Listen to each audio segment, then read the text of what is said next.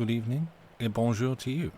I am Sam, and you are listening to Chilliteracy, where tonight we have one, some, or all of the American stories that I have. Why for French? Because I looked in chat and saw La Malupe saying et bonjour, and that is why. We have, as I was saying before I interrupted myself, some, one, or all of the prepared American short stories that I have for you. Why American? Well, because I started working on some Mary E. Wilkins Freeman stories, and I picked out from her A New England Nun, which seems to be like the one that comes up first. You know, every author's got, this is the one that they are known for, and then there's the other works, which is probably also good. That's right. We're back on the Mary Wilkins Freeman. But yes, A New England Nun is one that seems to come up most prominently. Oh yeah, actually, seeing you say that, Llama, the only hello emoji you have access to right now. No, you don't need to apologise, absolutely fine. Does remind me, actually, Lucy, yeah, we should do some sort of hello or greetings emote, because the number of times I've gone to use something like that and realised that we don't have one, and thought, oh, actually, yeah, we should do that. So, I don't know, how would a book wave hello? Would it be like this or like this? Who could say? Not me. Yeah, so I have from her A New England Nun and other stories, and then I thought, well, I'm not sure what else I want to read, because I was having a quick skim through some of the other ones in this book, and they will probably be fine, but I thought I'd, vary it around a little bit, and I have, to hand, a lovely, like genuinely lovely collection, like a double collection of American in one book and English in the other book short stories. They are like a chronologically organised collection of like older short stories from a variety of authors from the States and the UK, possibly UK, maybe just England, I'm not sure, I'll need to check. Folio editions, indeed, yes. Basically hardback, very fancy, and I'm afraid to touch them with my manky hands. And so, yeah, but I'm gonna touch the books, you better believe it. Because I have also a Mark Twain short story, who I believe is making his Chilliteracy debut this evening.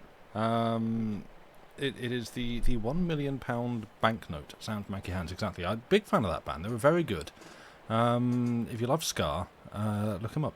But yes, indeed, we have some Mark Twain, finally, at long last. Nobody's asked for it, but hey, maybe a big name like old Samuel Clemens will pull in some viewers, who knows? It won't, but that's fine. I read this one yesterday, and it's really good. I enjoyed it a lot. It's very fun. And lastly, we have, in a drastic tonal shift, we will have, what was it? The Pit and the Pendulum by Edgar Allan Poe, which, if you're familiar with, it's pretty hardcore. I will give some content warnings before I read that. That's going to be in the second half. But yeah, that's one that's going to come with some content warnings. It's pretty dark, it's pretty bleak. The Wikipedia page is full of, no, this isn't real, this didn't happen, he's making stuff up and quoting things that weren't true, which is quite funny. Kitar Cat, hello, welcome in. Good to see you. But yeah, that's what we have tonight. And yeah, if you wish to see a picture of the book that I'm reading from, I took a photo that I'm quite proud of. I'm gonna toot my own horn. You can do that, and it's a picture that I took this afternoon of the book, posed with a coffee cup. It's on the socials, which we probably just stick on the Discord, TBH. But yeah, I'm very pleased. It's a very pretty book. They are lovely, and so yeah, that's partly what I'm going to be reading from. Funnily enough, it does actually have A New England Nun printed in it. As I say, it's kind of apparently the iconic Mary Wilkins Freeman story, so much so that it got included in as her representation in a collection of American short stories. But I'm actually going to be reading it from a slightly more loved, slightly more used library copy of A New England Nun and Other Stories, just to preserve the nice book a little bit. But yeah, that's what we have coming up for you tonight. as well as perhaps some really loud dance beats coming from somewhere nearby. Literally just I was starting the oonts, oonts, oonts, oonts kicked up from nearby. So that's adding to the ambience, I think. That's feeding the vibes. But yeah, how are you all? Are you well? It is Saturday, as much as I've been having to convince myself that it is not Sunday. I don't know exactly why, but for some reason today has really felt like a Sunday. I think somewhere in the week time slipped. And yeah, today feels like a Sunday, but it's not. We're here now to read some stories. And yeah, I hope that everyone's having a good time. If you bought the fancy lad edition of Starfield, then I hope you are enjoying the Starfield. Me, I should be waiting for its Game Pass release on Wednesday. But very much looking forward to that. Probably you've been confused about what day it is all week. I hope in the good way, where it's like, I know not everyone may agree that this is the good way, but one of those ones where you get to like Thursday and you think it's Tuesday, and then you suddenly realise, hey, wait, tomorrow's Friday, or when it goes that way and you realise that you're actually much closer to the weekend than you thought you were, bonus. When it's Monday and it feels like Wednesday, this is going to be a long one, and that's bad. Llama, tomorrow's your first day back at work after a while away, so you are very aware of what day it is. Oh, okay. Well, I don't know the circumstances, and it's not my place to ask. But I hope that it is all good things and circumstances. As you double up on that word, why not? It's got many syllables. Paid a lot for it. But yeah, I hope that tomorrow goes well for you, and that it's a good. Let's just go with good. Good's right there. Why not? That it's a good day back for you. Yeah. I'm gonna make myself slightly more comfortable. Probably you don't work, so all days are pretty much the same. You need to know what day it is so you can watch streams. Same mood. Yes. I have in recent months been making excessive use of the calendar on my phone. As someone who, my routine, my schedule is very non-traditional. And so, I would struggle to just keep track of what day it is, and actually just making notes, leaving reminders, giving myself constant things to pop up on my phone and go, hi, it is Wednesday, it is 4 o'clock, you need to do this thing now, has made a big difference to my organisational capacity. Llama should be nice. Okay, good. I hope so. You missed it a bit? Oh, well, that's... So, I hope it goes well. I hope it's, a welcome return for you. Lady Mephistopheles, hello, and welcome. Welcome in. I hope, as everyone else, I hope that you are well. I hope things are good.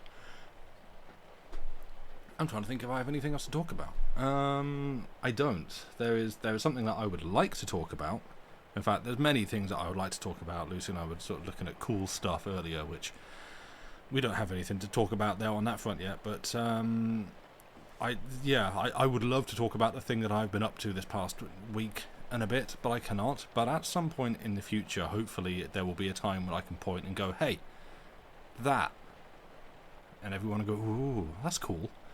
So yeah, we'll see. I cannot be more specific than that.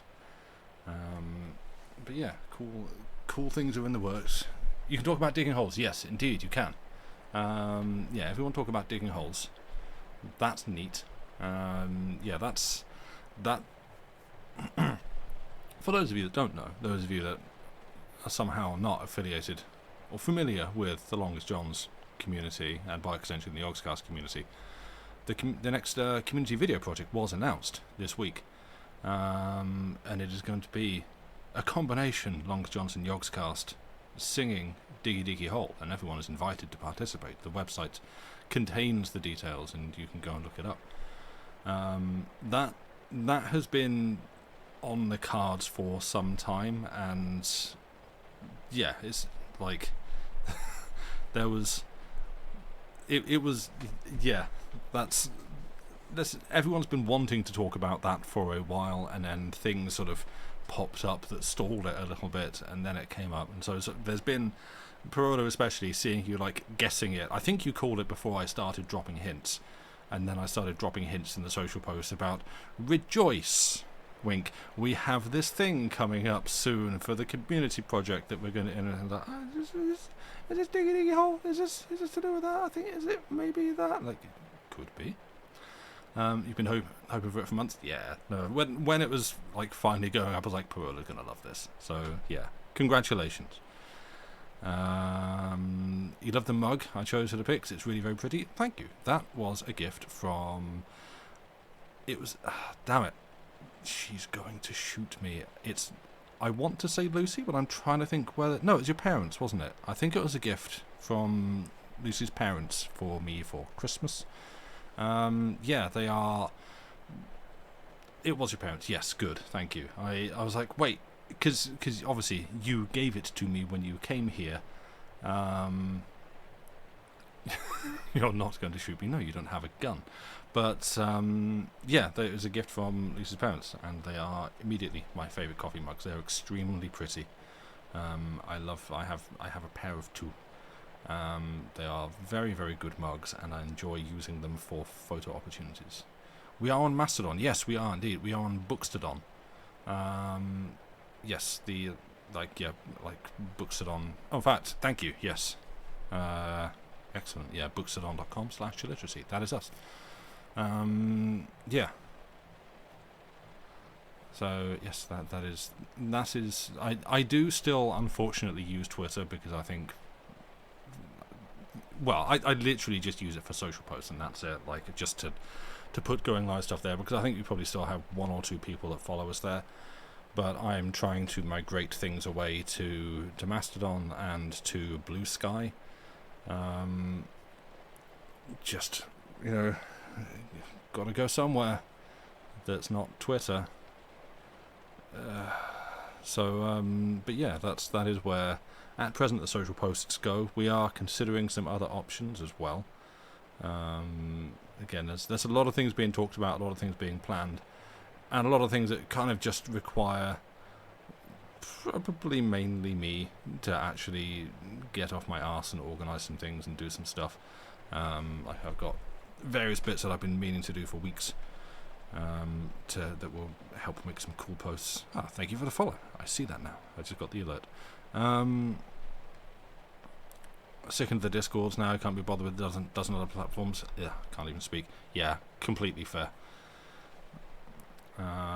Federated under Bookstodon's instance or something. I still don't entirely understand what federated means. Like Mastodon is a good platform in the same.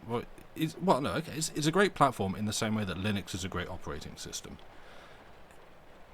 In that, if you can understand it and get your head around it, great. But I kind of need things that just like work in a way that I can understand and have learned, and unfortunately that is Twitter and Twitter-like environments, which Mastodon, bless it, is not. Which is why I'm still using Blue Sky and stuff. But yeah, the Discord or our website are probably the best actual safe central hubs to find us and keep in contact with us, because yeah, I mean, barring anything awful happening to Discord, touch varnished wood, but that's good enough. Yeah, that's where we keep stuff. That's where we're going to be maintaining things, and if something goes down, something gets cut off, something changes or whatever, then yeah, you can still find us there and on the Discord. But yeah, there's been a lot of talking. I don't think I have anything else to cover. There's no that I could think of content warnings for these first 2. As I was saying beforehand, for anyone that wasn't there at the start, the third story which I'm intending to read... Oh, hey! Thunder. 2 years. Thank you very much. Lightning flash. Thank you very much. I hope that you're well. It's good to see you. Much appreciated, friend. What was I saying? See, I like the combination, woo, thunder, which also goes quite nicely with the whole lightning animation. It's ooh, thunder. Synergy. But yeah, what was I saying? Very nice end to your last day at home before you go to uni. Ooh, oh, congratulations! I really hope that goes well for you. That's awesome. Nice. What was I saying? Yes. So, first two stories coming up should be fine and good and safe. The only thing to be like pre-advised about is my very dodgy American accent. That's it. Third story, Edgar Allan Poe, The Pit and the Pendulum. I'll be doing that after the break, and I'll be content warning that one quite heavily before we go, because it's a very different tone. That's much easier if you have someone to trust to run the instance, and that's a relatively rare skill set among people with time. Yeah, like LRR going, we are on kind.social, join us on kind.social, made that an easy choice for me. It was like, okay, good. None of the whole like, yeah, you just download the client and find a good instance and off you go. Like, I don't know what, I don't know how to do that, and everything I search for doesn't work. So just having like a central place that I can go and follow a bunch of people and know that I'll be surrounded by like-minded people made that a lot easier. Just smoothed over some of those initial bumps. So yeah, and I will say, like, having the what's it called, the like just essentially the local tab, just somewhere that you can go and see what other people on your instance are posting. It just feels like a little bit like a sort of a social space, just like a common room or a town square or something. You can just go and just hang out and just see what other people are talking about and scroll through and get your feed of words from people without having to look too far or like, yeah, go and follow like celebrities and stuff. So that works quite nicely. But yeah, anyway, I'm going to stay on topic. Right, so yes, the first story that we have for tonight, just me, I'm here, will be in a second, because obviously I've started reading, well, I've started talking, which means now the burps appear, so one sec. Great, okay. Yes, your first story tonight will be by the esteemed and oft featured upon this channel, Mary Eleanor Wilkins Freeman. If Lucy has the link to the text ready to go in chat, this is A New England Nun. It was late in the afternoon, and the light was waning. There was a difference in the look of the tree shadows out in the yard. Somewhere in the distance, cows were lowing, and a little bell was tinkling. So I just realised that the link isn't up, so I'm going to do that now. I'll start again, don't worry. Also, I'm being super distracted by someone playing Fat Planet by... who is it? It was used for the Guinness advert, the Here's to Waiting one. Oh, Left Field. Fat Planet by Left Field. That was it. It's a banger of a tune, but it's very distracting. I shall start again. I'm going to find the wrong bit when I make the shortcut for the highlights. This is A New England Nun. No, you don't need to apologise, it's fine. A New England Nun by Mary Eleanor Wilkins Freeman. It was late in the afternoon, and the light was waning. There was a difference in the look of the tree shadows out in the yard. Somewhere in the distance cows were lowing, and a little bell was tinkling. Now and then a farm wagon tilted by, and the dust flew. Some blue-shirted labourers with shovels over their shoulders plodded past. Little swarms of flies were dancing up and down before the people's faces in the soft air. There seemed to be a gentle stir arising over everything for the mere sake of subsidence, a very premonition of rest and hush and night. This soft, diurnal commotion was over Louisa Ellis also. She had been peacefully sewing at her sitting-room window all the afternoon. Now she quilted her needle carefully into her work, which she folded precisely and laid in a basket with her thimble and thread and scissors. Louisa Ellis could not remember that ever in her life she had mislaid one of these little feminine appurtenances, which had become, from long use and constant association, a very part of her personality. Louisa tied a green apron round her waist and got out a flat straw hat with a green ribbon. Then she went into the garden with a little blue crockery bowl to pick some currants for her tea. After the currants were picked, she sat on the back doorstep and stemmed them, collecting the stems carefully in her apron, and afterwards throwing them into the hen coop. She looked sharply at the grass beside the step to see if any had fallen there. Louisa was slow and still in her movements. It took her a long time to prepare her tea, but when ready it was set forth with as much grace as if she had been a veritable guest to her own self. The little square table stood exactly in the centre of the kitchen, and was covered with a starched linen cloth whose border pattern of flowers glistened. Louisa had a damask napkin on her tea tray, where were arranged a cut-glass tumbler full of teaspoons, a silver cream pitcher, a china sugar bowl, and one pink china cup and saucer. Louisa used china every day, something which none of her neighbours did. They whispered about it among themselves.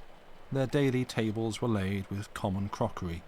Their sets of best china stayed in the parlour closet, and Louisa Ellis was no richer nor better bred than they. Still, she would use the china. She had for her supper a glass dish full of sugared currants, a plate of little cakes, and one of light white biscuits. Also a leaf or two of lettuce, which she cut up daintily. Louisa was very fond of lettuce, which she raised to perfection in her little garden. She ate quite heartily, though in a delicate, pecking way. It seemed almost surprising that any considerable bulk of the food should vanish. After tea, she filled a plate with nicely baked thin corn cakes and carried them out into the backyard. "Caesar!" she called. "Caesar! Caesar!" There was a little rush, and the clank of a chain, and a large yellow and white dog appeared at the door of his tiny hut, which was half hidden among the tall grasses and flowers. Louisa patted him and gave him the corn cakes. Then she returned to the house and washed the tea things, polishing the china carefully. The twilight had deepened. The chorus of the frogs floated in at the open window wonderfully loud and shrill, and once in a while a long, sharp drone from a tree-toad pierced it. Louisa took off her green gingham apron, disclosing a shorter one of pink and white print. She lighted her lamp and sat down again with her sewing. In about half an hour Joe Daggett came.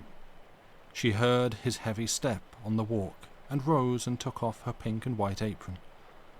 Under that was still another, white linen with a little cambric edging on the bottom. That was Louisa's company apron. She never wore it without her calico sewing apron over it unless she had a guest. She had barely folded the pink and white one with methodical haste and laid it in the table drawer when the door opened and Joe Daggett entered. He seemed to fill up the whole room. A little yellow canary that had been asleep in his green cage at the south window woke up and fluttered wildly, beating his little yellow wings against the wires. "Good evening," said Louisa. She extended her hand with a kind of solemn cordiality. "Good evening, Louisa," returned the man in a loud voice. She placed a chair for him, and they sat facing each other, with the table between them. He sat bolt upright, toeing out his heavy feet squarely, glancing with a good-humoured uneasiness around the room. She sat gently erect, folding her slender hands in her white linen lap. "Been a pleasant day," remarked Daggett. "Real pleasant," Louisa assented softly. "Have you been haying?" she asked, after a little while. "Yes, I've been haying all day, down in the 10-acre lot. Pretty hard work." "It must be." "Yes, it's pretty hard work in the sun." "Is your mother well today?" "Yes, Mother's pretty well." "I suppose Lily Dyer's with her now?" Daggett coloured. "Yes, she's with her," he answered slowly. He was not very young, but there was a boyish look about his large face. Louisa was not quite as old as he, her face was fairer and smoother, but she gave people the impression of being older.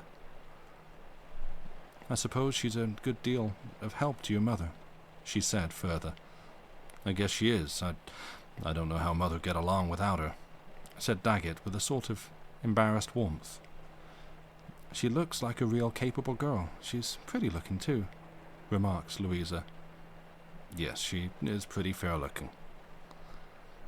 Presently Daggett began fingering the books on the table. There was a square red autograph album and a young lady's gift book which had belonged to Louisa's mother. He took them up, one after the other, and opened them, then laid them down again, the album on the gift book. Louisa kept eyeing them with mild uneasiness. Finally she rose and changed the position of the books, putting the album underneath. That was the way they had been arranged in the first place. Daggett gave an awkward little laugh. "Now what difference did it make which book was on top?" said he. Louisa looked at him with a deprecating smile. "I always keep them that way," murmured she. "You do beat everything," said Daggett, trying to laugh again. His large face was flushed. He remained about an hour longer, then rose to take leave. Going out, he stumbled over a rug and, trying to recover himself, hit Louisa's work-basket on the table and knocked it on the floor. He looked at Louisa, then at the rolling spools. He ducked himself awkwardly toward them, but she stopped him. "Never mind," said she. "I'll pick them up after you're gone." She spoke with a mild stiffness. Either she was a little disturbed, or his nervousness affected her and made her seem constrained in her effort to reassure him. When Joe Daggett was outside, he drew in the sweet evening air with a sigh, and felt much as an innocent and perfectly well-intentioned bear might after his exit from a china shop. Louisa, on her part, felt much as the kind-hearted, long-suffering owner of the china shop might have done after the exit of the bear. She tied on the pink, then the green apron, picked up all the scattered treasures and replaced them in her work-basket, and straightened the rug. Then she set the lamp on the floor and began sharply examining the carpet. She even rubbed her fingers over it and looked at them. "He's tracked in a good deal of dust," she murmured. "I thought he must have."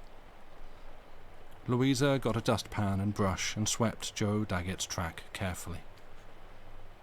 If he could have known it, it would have increased his perplexity and uneasiness, although it would not have disturbed his loyalty in the least. He came twice a week to see Louisa Ellis, and every time, sitting there in her delicately sweet room, he felt as if surrounded by a hedge of lace. He was afraid to stir, lest he should put a clumsy foot or hand through the fairy web, and he had always the consciousness that Louisa was watching fearfully, lest he should. Still the lace and Louisa commanded perforce his perfect respect and patience and loyalty. They were to be married in a month, after a singular courtship which had lasted for a matter of 15 years. For 14 out of the 15 years the two had not once seen each other, and they had seldom exchanged letters. Joe had been all those years in Australia, where he had gone to make his fortune, and where he had stayed until he made it. He would have stayed 50 years if it had taken so long, and come home feeble and tottering, or never come home at all, to marry Louisa. But the fortune had been made in the 14 years, and he had come home now to marry the woman who had been patiently and unquestioningly waiting for him all that time. Shortly after they were engaged, he had announced to Louisa his determination to strike out into new fields and secure a competency before they should be married. She had listened and assented with the sweet serenity which never failed her, not even when her lover set forth on that long and uncertain journey. Joe, buoyed up as he was by his sturdy determination, broke down a little at the last, but Louisa kissed him with a mild blush and said goodbye. "It won't be for long," said poor Joe. Poor Joe had said huskily, but it was for 14 years. In that length of time, much had happened. Louisa's mother and brother had died, and she was all alone in the world. But greatest happening of all, a subtle happening which both were too simple to understand. Louisa's feet had turned into a path, smooth, maybe, under a calm, serene sky, but so straight and unswerving that it could only meet a check at her grave, and so narrow that there was no room for anyone at her side. Louisa's first emotion when Joe Daggett came home — he had not apprised her of his coming — was consternation, although she would not admit it to herself, and he never dreamed of it. 15 years ago she had been in love with him, at least she considered herself to be. Just at that time, gently acquiescing with and falling into the natural drift of girlhood, she had seen marriage ahead as a reasonable feature and a probable desirability of life. She had listened with calm docility to her mother's views upon the subject. Her mother was remarkable for her cool sense and sweet, even temperament. She talked wisely to her daughter when Joe Daggett presented himself, and Louisa accepted him with no hesitation. He was the first lover she had ever had. She had been faithful to him all these years. She had never dreamed of the possibility of marrying anyone else. Her life, especially for the last 7 years, had been full of a pleasant peace. She had never felt discontented nor impatient over her lover's absence. Still, she had always looked forward to his return and their marriage as the inevitable conclusion of things. However, she had fallen into a way of placing it so far in the future that it was almost equal to placing it over the boundaries of another life. When Joe came, she had been expecting him, and expecting to be married for 14 years, but she was as much surprised and taken aback as if she had never thought of it. Joe's consternation came later. He eyed Louisa with an instant confirmation of his old admiration. She had changed but little. She still kept her pretty manner and soft grace, and was, he considered, every whit as attractive as ever. As for himself, his stent was done. He had turned his face away from fortune-seeking, and the old winds of romance whistled as loud and sweet as ever through his ears. All the song which he had been wont to hear in them was Louisa. He had for a long time a loyal belief that he heard it still, but finally it seemed to him that although the winds sang always that one song, it had another name. But for Louisa the wind had never more than murmured. Now it had gone down, and everything was still. She listened for a little while, with half-wistful attention. Then she turned quietly away and went to work on her wedding clothes. Joe had made some extensive and quite magnificent alterations in his house. It was the old homestead. The newly married couple would live there, for Joe could not desert his mother, who refused to leave her old home. So Louisa must leave hers. Every morning, rising and going about among her neat maidenly possessions, she felt as one looking her last upon the faces of dear friends. It was true that in a measure she could take them with her, but robbed of their old environments, they would appear in such new guises that they would almost cease to be themselves.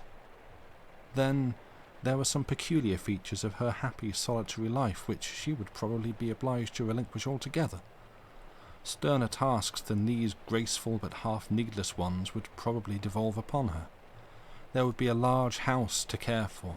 There would be company to entertain. There would be Joe's rigorous and feeble old mother to wait upon. And it would be contrary to all thrifty village traditions for her to keep more than one servant. Louisa had a little still, and she used to occupy herself pleasantly in summer weather with distilling the sweet and aromatic essences from roses and peppermint and spearmint. By and by her still must be laid away.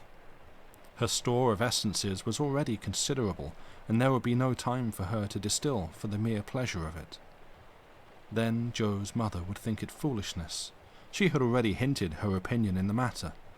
Louisa dearly loved to sew a linen seam, not always for use, but for the simple, mild pleasure which she took in it. She would have been loath to confess how more than once she had ripped a seam for the mere delight of sewing it together again. sitting at her window during long, sweet afternoons, drawing her needle gently through the dainty fabric. She was peace itself. But there was small chance of such foolish comfort in the future. Joe's mother, domineering, shrewd old matron that she was even in her old age, and very likely even Joe himself, with his honest masculine rudeness, would laugh and frown down all these pretty but senseless old maiden ways. Louisa had almost the enthusiasm of an artist over the mere order and cleanliness of her solitary home. She had throbs of genuine triumph at the sight of the window panes which she had polished until they shone like jewels.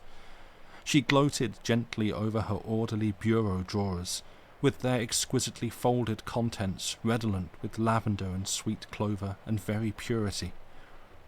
Could she be sure of the endurance of even this? She had visions so startling that she half repudiated them as indelicate, of coarse masculine belongings strewn about in endless litter, of dust and disorder arising necessarily from a coarse masculine presence in the midst of all this delicate harmony. Among her forebodings of disturbance, not the least, was with regard to Caesar. Caesar was a veritable hermit of a dog. For the greater part of his life he had dwelt in his secluded hut, shut out from the society of his kind and all innocent canine joys. Never had Caesar since his early youth watched at a woodchuck's hole. Never had he known the delights of a stray bone at a neighbour's kitchen door, and it was all on account of a sin committed when hardly out of his puppyhood. No one knew the possible depth of remorse of which this mild-visaged, altogether innocent-looking dog might be capable. But whether or not he had encountered remorse, he had encountered a full measure of righteous retribution. Old Caesar seldom lifted up his voice in a growl or a bark. He was fat and sleepy. There were yellow rings which looked like spectacles around his dim old eyes, but there was a neighbour who bore on his hand the imprint of several of Caesar's sharp white youthful teeth, and for that he had lived at the end of a chain, all alone in a little hut, for 14 years. The neighbour, who was choleric and smarting with the pain of his wound, had demanded either Caesar's death or complete ostracism. So Louisa's brother, to whom the dog had belonged, had built him his little kennel and tied him up. It was now 14 years since, in a flood of youthful spirits, he had inflicted that memorable bite, and with the exception of short excursions always at the end of the chain under the strict guardianship of his master or Louisa, the old dog had remained a close prisoner. It is doubtful if, with his limited ambition, he took much pride in the fact, but it is certain that he was possessed of considerable cheap fame. He was regarded by all the children in the village and the many adults as a very monster of ferocity. St. George's dragon could hardly have surpassed in evil repute Louisa Ellis's old yellow dog. Mothers charged their children with solemn emphasis not to go too near to him, and the children listened and believed greedily with a fascinated appetite for terror, and ran by Louisa's house stealthily, with many sidelong and backward glances at the terrible dog. If perchance he sounded a hoarse bark, there was a panic. Wayfarers chancing into Louisa's yard eyed him with respect and inquired if the chain was stout. Caesar at large might have seemed a very ordinary dog, and excited no comment whatever. Chained, his reputation overshadowed him, so that he lost his own proper outlines and looked darkly vague and enormous. Joe Daggett, however, with his good-humoured sense and shrewdness, saw him as he was. He strode valiantly up to him and patted him on the head, in spite of Louisa's soft clamour of warning, and even attempted to set him loose. Louisa grew so alarmed that he desisted, but kept announcing his opinion in the matter quite forcibly at intervals. "There ain't a better-natured dog in town," he would say, "and it's downright cruel to keep him tied up there. Some day I'm going to take him out." Louisa had very little hope that he would not, one of these days, when their interests and possessions should be more completely fused in one. She pictured to herself Caesar on the rampage through the quiet and unguarded village. She saw innocent children bleeding in his path. She was herself very fond of the old dog, because he had belonged to her dead brother, and he was always very gentle with her. Still, she had great faith in his ferocity. She always warned people not to go too near to him. She fed him on ascetic fare of corn mush and cakes, and never fired his dangerous temper with heating and sanguinary diet of flesh and bones. Louisa looked at the old dog munching his simple fare, and thought of her approaching marriage, and trembled.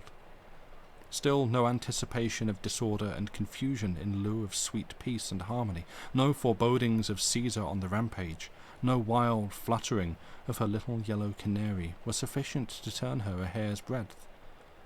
Joe Daggett had been fond of her, and working for her all these years. It was not for her, whatever came to pass, to prove untrue and break his heart. She put the exquisite little stitches into her wedding garments, and the time went on until it was only a week before her wedding day. It was a Tuesday evening, and the wedding was to be a week from Wednesday. There was a full moon that night. About 9 o'clock, Louisa strolled down the road a little way. There were harvest fields on either hand, bordered by low stone walls. Luxuriant clumps of bushes grew beside the wall, and trees, wild cherry and old apple trees, at intervals. Presently Louisa sat down on the wall and looked about her with mildly sorrowful reflectiveness. Tall shrubs of blueberry and meadowsweet, all woven together and tangled with blackberry vines and horsebriars, shut her in on either side. She had a little clear space between them. Opposite her, on the other side of the road, was a spreading tree. The moon shone between its boughs, and the leaves twinkled like silver. The road was bespread with a beautiful shifting dapple of silver and shadow. The air was full of a mysterious sweetness. "I wonder if it's wild grapes," murmured Louisa. She sat there some time. She was just thinking of rising, when she heard footsteps and low voices, and remained quiet. It was a lonely place, and she felt a little timid. She thought she would keep still in the shadow and let the persons, whoever they might be, pass her. But just before they reached her, the voices ceased and the footsteps. She understood that their owners had also found seats upon the stone wall. She was wondering if she could not steal away unobserved when the voice broke the stillness. It was Joe Daggett's. She sat still and listened. The voice was announced by a loud sigh which was as familiar as itself. "Well," said Daggett, "you've made up your mind then, I suppose?" "Yes," returned another voice. "I'm going day after tomorrow." "That's Lily Dyer," thought Louisa to herself. The voice embodied itself in her mind. She saw a girl, tall and full-figured, with a firm, fair face, looking fairer and firmer in the moonlight, her strong yellow hair braided in a close knot. A girl full of calm rustic strength and bloom, with a masterful way which might have beseemed a princess. Lily Dyer was a favourite with the village folk. She had just the qualities to arouse the admiration. She was good and handsome and smart. Louisa had often heard her praises sounded. "Well," said Joe Daggett, "I ain't got a word to say." "I don't know what you could say," returned Lily Dyer. "Not a word to say," repeated Joe, drawing out the words heavily. There was a silence. "I ain't sorry," he began at last, that happened yesterday. That we kind of let on how we felt to each other. I guess it's just as well we know. Of course I can't do anything any different. I'm going right on and getting married next week. I ain't going back on a woman that's waited for me for 14 years and break her heart." "If you should jilt her tomorrow, I wouldn't have you," spoke up the girl with sudden vehemence. "Well, I ain't going to give you the chance," said he, "but I don't believe you would either."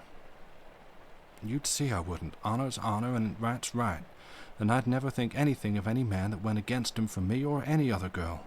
You'd find that out, Joe Daggett. Well, you'll find out fast enough that I ain't going against him for you or any other girl, returned he, their voices sounding almost as if they were angry with each other. Louisa was listening eagerly.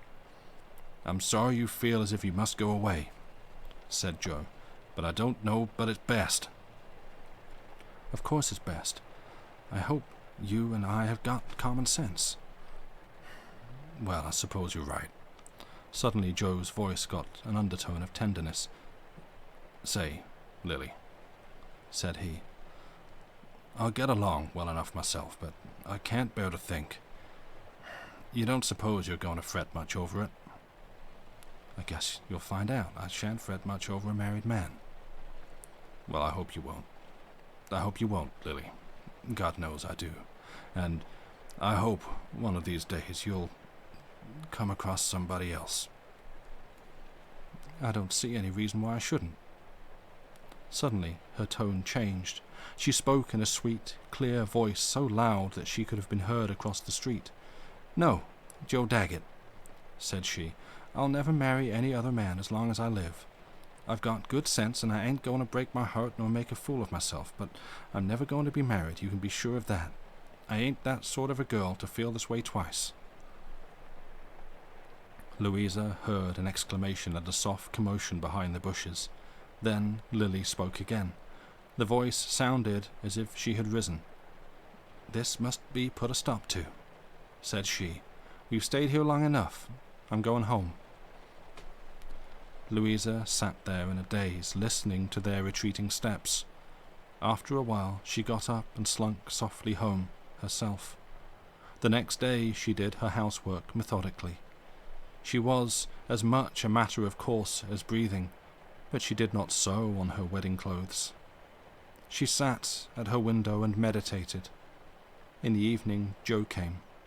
Louisa Ellis had never known that she had any diplomacy in her, but when she came to look for it that night, she found it, although meek of its kind, among her little feminine weapons. Even now she could hardly believe that she had heard aright, and that she would not do Joe a terrible injury should she break her troth plight. She wanted to sound him without betraying too soon her own inclinations in the matter. She did it successfully, and they finally came to an understanding. But it was a difficult thing, for he was as afraid of betraying himself as she. She never mentioned Lily Dyer. She simply said that while she had no cause of complaint against him, she had lived so long in one way that she shrank from making a change. Well, I never shrank, Louisa, said Daggett. I'm going to be honest enough to say that I think maybe it's better this way. But if you'd wanted to keep on, I'd have stuck with you till my dying day. I hope you know that. Yes, I do, said she. That night she and Joe parted more tenderly than they had done for a long time. Standing in the door, holding each other's hands, a last great wave of regretful memory swept over them. Well, this ain't the way we've thought it was all going to end, is it, Louisa? Said Joe. She shook her head. There was a little quiver on her placid face. You let me know if there's ever anything I can do for you, said he. And I ain't ever going to forget you, Louisa. Then he kissed her and went down the path. Louisa, all alone by herself that night, wept a little. She hardly knew why. But the next morning, on waking, she felt like a queen who, after fearing lest her domain be wrested away from her, sees it firmly insured in her possessions. Now the tall weeds and grasses might cluster around Caesar's little hermit hut. The snow might fall on its roof year in and year out, but he would never go on a rampage through the unguarded village. Now the little canary might turn itself into a peaceful yellow ball night after night, and have no need to wake and flutter with wild terror against its bars. Louisa could sew linen seams, and distill roses, and dust, and polish, and fold away in lavender as long as she listed. That afternoon she sat with her needlework at the window and felt fairly steeped in peace. Lily Dyer, tall and erect and blooming, went past, but she felt no qualm. If Louisa Ellis had sold her birthright, she did not know it. The taste of the pottage was so delicious, and had been her sole satisfaction for so long. Serenity and placid narrowness had become to her as the birthright itself. She gazed ahead, through a long reach of future days strung together like pearls in a rosary, every one like the others, and all smooth and flawless and innocent, and her heart went up in thankfulness. Outside was the fervid summer afternoon. The air was filled with the sounds of the busy harvest of men and birds and bees. There were hellos, metallic clatterings, sweet calls, and long hummings. Louisa sat, prayerfully numbering her days, like an uncloistered nun. The end.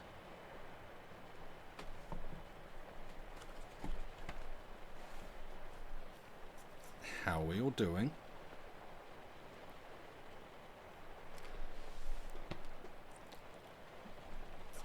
Yeah. Apart from the bit about, oh good, the dog's going to be chained up for the rest of his life and never set free. Like, and you're welcome, Lynn. Yes. Honest communication leading to a happy ending. Exactly, right? Like, it's really good. Like, it's, you know, it gives you the whole, oh no, the sort of, I guess, it's not even dramatic irony, just like, you know, she realizes she doesn't actually love him, doesn't want to be with him, but she's committed to this path because of honor and duty and these things, and then she finds out that he also kind of loves someone else and doesn't really want to be there with her, but he's going to go through it due to honor and duty, and it's like, no, they're going to be stuck together, or what? And it's like, no, actually, just a bit of communication and everything's good. Yeah, not so much that part. Definitely like it was setting up for an ironic tragedy. Exactly. And I just like that. No, actually, you know, like, hey, there can be other ways of life, like this structure that we have built in society, whereby you must get married and you are committed to it, so you must go through it and do it at all costs, even if you don't want to. Society says you must, and you should be shamed and ostracized if you don't. It's like, actually things can be different, things can be better. And yeah, I don't know, I wonder how many lives that changed. Cottagecore ace Nirvana achieved. Yep. Very much appreciated the woman waits a man to get married to him, getting a nice ending. Yeah, exactly. Like, it's just nice, and it's optimistic. Again, accepting the dog, which, like, is super confusing, because even Freeman herself seems to sympathise with the dog. The way that whole section, the whole bit about Caesar is described, is very sympathetic towards him. At least that's how it reads to me. It's like he, as a puppy, recklessly once bit someone on the hand, albeit quite badly. Like, and you know, control your dog, please. But he did this once, and now for the rest of his life, this genuinely, like, sad, I can't even find the words for it, just this sad, poor, pathetic, mistreated dog is chained up, but it's better than him being killed, right? Anyway, and, like, well, could we, you know, maybe if Joe took Caesar, maybe that, since he clearly likes the dog. There have historically and still now are a lot of really awful ideas about dogs. Once a bite, always a bite. Yeah, and like that is a discussion and an attitude which, yeah, is a whole thing. But yeah, like I like the only thing I would ask would be, say, you know, just let Joe take the dog. He clearly likes the dog. You're not saving anyone from a dog rampage. It'll be fine. Just give the dog a few happy years before he goes. That's all. But yeah, I like that story. I think it's nice. I realise I've only actually read one thing this half, and we're probably actually only going to get 2 stories. Perhaps we should put The Pit and the Pendulum aside for spooky season, when it is perchance more appropriate. But who knows? I'm going to send us on a break. So you know what to do. I hope. If not, well, there'll be a reminder in chat. It is spooky season soon, indeed, in like 2 days. But, yeah. There you go, there's your break reminder. Stretch, rotate those fluids, move around a little bit, as I'm going to try to do, because Joey's actually not on me at the moment. And yeah, we will see you back here in about 5 minutes, where we will have at least one story. It will be a Mark Twain, and it will be the tale of the £1 million banknote. See you in a bit.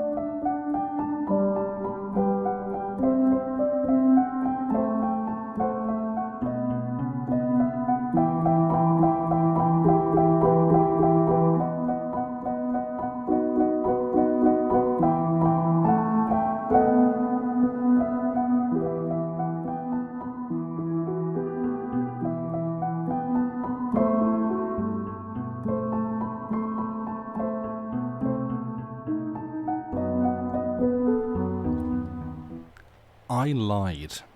I intended to get up and move around, and I absolutely did not do that. But what I did do was sit and scroll through Discord instead, and look at some things, read some stuff.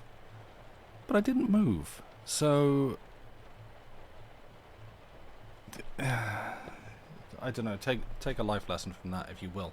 Anyway, yes, to repeat a fairly popular chorus on the channel, I'm a big fan of Mary Eleanor Wilkins Freeman's writing. Mary Freeman. 5-star jobs, go. No, I'd knock myself unconscious, but or bash my hands. You didn't move either, Lynn? Fair enough, nice. Yeah, I really like the way she writes. I like her stories. The subject matters are, frankly, for a lot of these things that we read, or that we find to read, interesting and different enough. You also sat and scrolled through Discord, it's a good option. Yeah. They're good stories, Bront, and they're well written, and I like the way that she handles the subjects. They're good stuff. I see why she is regarded as an author of note and repute, and I just sort of I guess I find it interesting that I'm pretty sure. I was going to say literally never heard in, because I write clickbait headlines. I'm pretty sure I'd never heard of her before, frankly, looking up ghost stories to read on this channel, and that would have been a search for public domain ghost story on Google and seeing who comes up, and seeing man, woman. Oh, who's this? Mary Eleanor Wilkins Freeman. That's interesting. Okay, what did you write? And reading her stuff and going, oh, these were a little bit different and off kilter. Okay, that's cool. Let's do that. And sort of starting from there. But I genuinely, she's someone that I'm really glad to have found in this way, because I like her work. I think it's very good, and I'm quite happy to just sit and enthuse about things I enjoy. But if I do that, we'll never get on to the next story. Cool segue, Sam. So, I think it's time. I believe it is already pinned to the topic chat. I don't know now that we will have time, because I've taken up so much with my just flapping my gums. Good job, Google, and good job even finding it. Yeah, it's what I've enjoyed about doing this channel. It's finding all these things, both common and well-known stuff that I hadn't read before, or like for instance, Mark Twain coming up. I've never read Mark Twain before doing it for this, and I know that he's good. I know that everyone says he's good, and he has a reputation. So, sure, but I've never actually read anything that he's written myself. So in that regard, it's a nice opportunity to actually read something by someone who I ordinarily wouldn't really have gotten around to reading. And in the case of Freeman, it's nice to uncover for me, not I have discovered this author that everyone should hear about because they never have before. No, obviously not. But for me personally, to discover someone that I again probably wouldn't have encountered but hadn't even heard of beforehand. And yeah, it's cool. I like it. You don't quite have the literary vocabulary to describe it properly, but you liked how light her writing is. The way that it feels to me, the way that I sort of put it when reading her ghost stories from the collection of ghost stories that I have, I feel like her writing, it deserves to be read slowly. It wants to be read slowly. It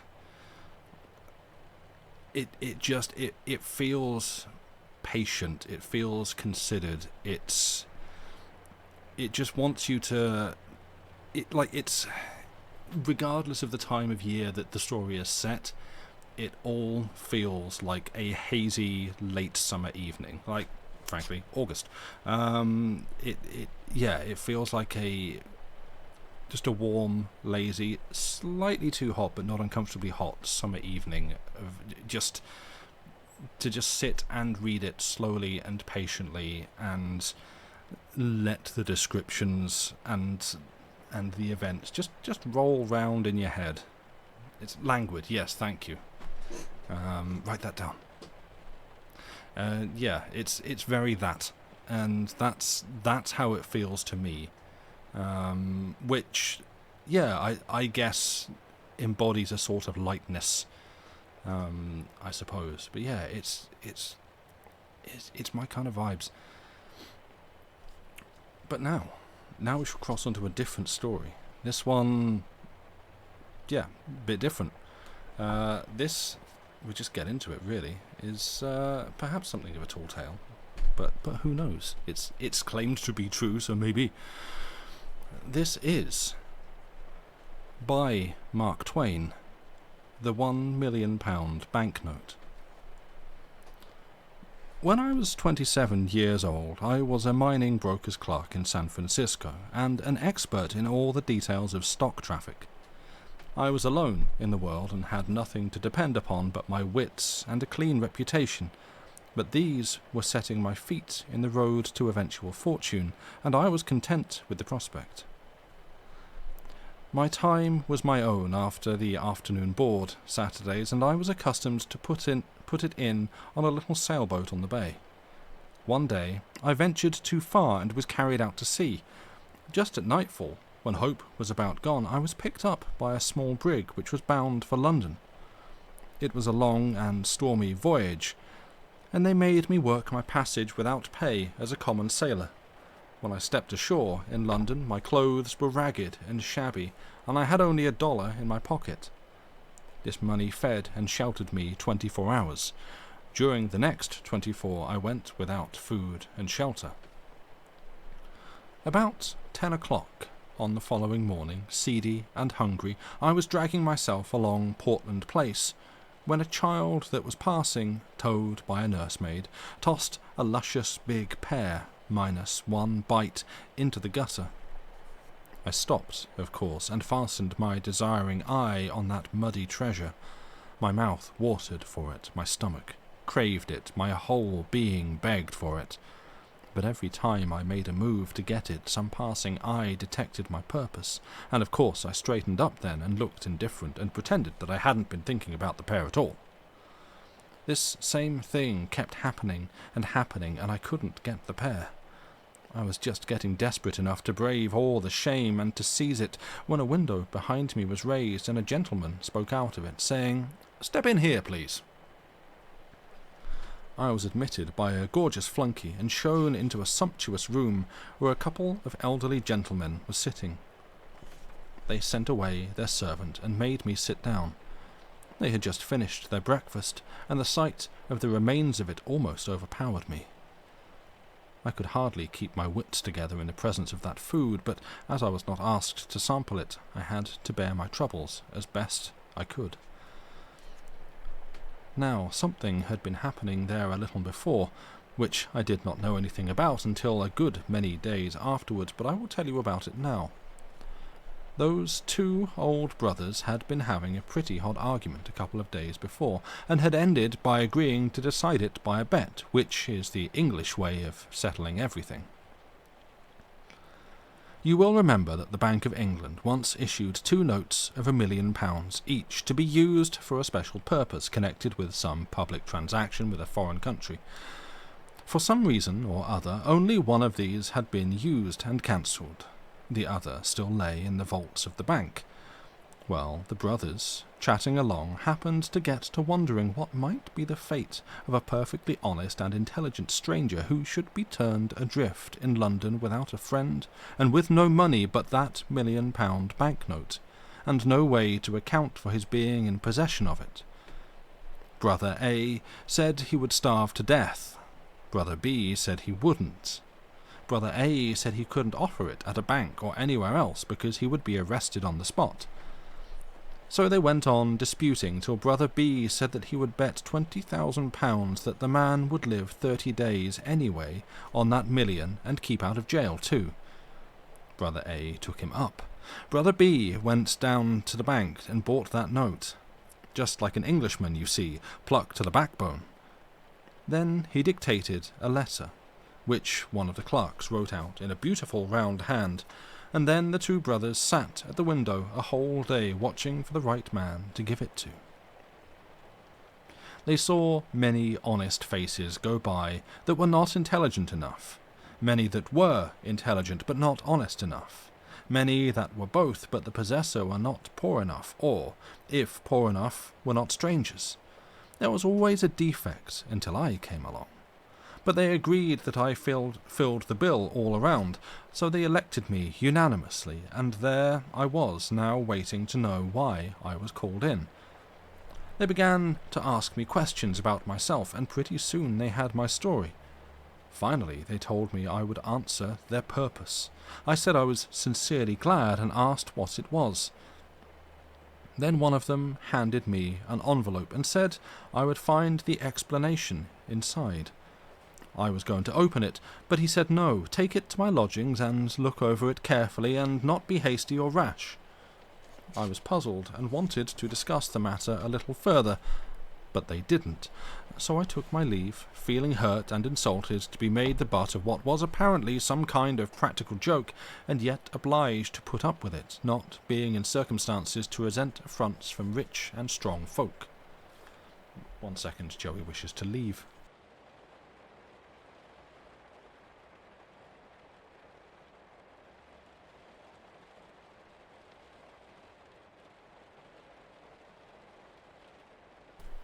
I am back. I would have picked up the pear now and eaten it before all the world, but it was gone. So I had lost that by this unlucky business, and the thought of it did not soften my feeling towards those men. As soon as I was out of sight of that house, I opened my envelope and saw that it contained money. My opinion of those people changed, I can tell you. I lost not a moment, but shoved note and money into my vest pocket and broke for the nearest cheap eating house. Well, how I did eat! When at last I couldn't hold any more, I took out my money and unfolded it, took one glimpse and nearly fainted. $5 million! Why, it made my head swim. I must have sat there stunned and blinking at the note as much as a minute before I came rightly to myself again. The first thing I noticed then was the landlord. His eye was on the note, and he was petrified. He was worshipping with all his body and soul, but he looked as if he couldn't stir hand or foot. I took my cue in a moment, and did the only rational thing there was to do. I reached the note toward him and said carelessly, "Give me the change, please." Then he restored to his normal condition and made 1,000 apologies for not being able to break the bill, and I couldn't get him to touch it. He wanted to look at it and keep on looking at it. He couldn't seem to get enough of it to quench the thirst of his eye, but he shrank from touching it, as if it had been something too sacred for poor common clay to handle. I said, "I am sorry if this is an inconvenience, but I must insist. Please change it. I haven't anything else." But he said that wasn't any matter. He was quite willing to let the trifle stand over till another time. I said I might not be in his neighbourhood again for a good while, but he said it was of no consequence. He could wait, and, moreover, I could have anything I wanted any time I chose, and let the account run as long as I pleased. He said he hoped he wasn't afraid to trust as rich a gentleman as I was, merely because I was of a merry disposition, and hoped to play larks on the public in the matters of address. By this time another customer was entering, and the landlord hinted to me to put the monster out of sight. Then he bowed me all the way to the door, and I started straight for that house and those brothers to correct the mistake which had been made before the police should hunt me up and help me do it. I was pretty nervous, in fact pretty badly frightened, though of course I was in no way in fault.